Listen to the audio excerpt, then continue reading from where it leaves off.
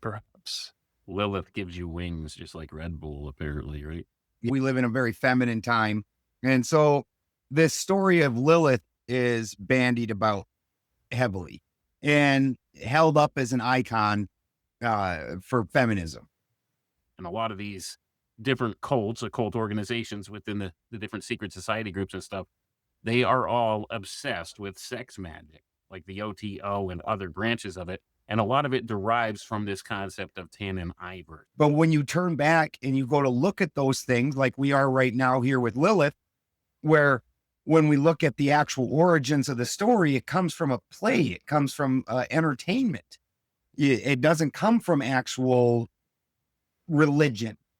That there's no truth to what's being displayed today. It's all the same circle of people, the theosophists and that type of ilk of people that were taking a lot of these ideas and applying them in a different direction. And it took on an energy and life of its own. Then the big secret behind all the secrets is that there's really no secret. That's the biggest thing I've discovered. They don't know. All of these people, they don't know. It's all about these small secret society groups that wanted to instantiate power for themselves and control over the people. So they would take this mythological archetype and they would use it to control and manipulate people. And they would work these systems wherein they would feed the energy to it. And then things would happen. And they noticed things were happening and that it works. Why did they make that up? And why did they want you to feed power into that thing? Her big stunt was to go on live TV, and I have that video if we need to see. And then she takes a pill, glass of water, swallows it, and just announces that she performed a live abortion on a news broadcast. It's totally fake. It's totally synthetic. And then they claim to be the only ones that can lead you down the path to this secret knowledge. And you have to go through their initiation rites to do so. Which they have not achieved yet themselves. It's all a lie. It's all based on fraud and manipulation. And that's part of where the magic comes in, because they do perform these types of things. I used to think when I was young that there were adults and stuff like that had it all figured out. They knew what they were doing.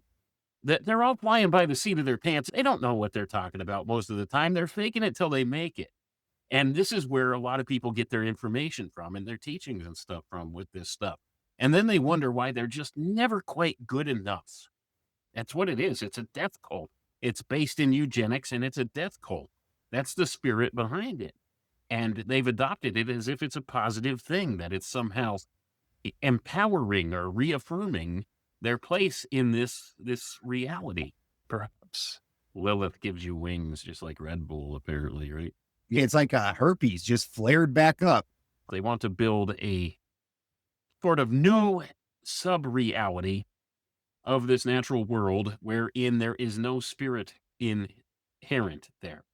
It's a world devoid of spirit. It's taking what man truly is at his core and essence and removing it entirely and turning him into a synthetic being, or a homunculus of sorts.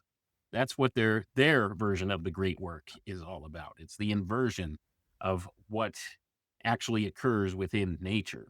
If you see the magician's trick, you don't fall for it. Weak men bring about hard times bring about strong men bring about good times, and good times bring about weak men. Perhaps. Lilith gives you wings, just like Red Bull, apparently, right?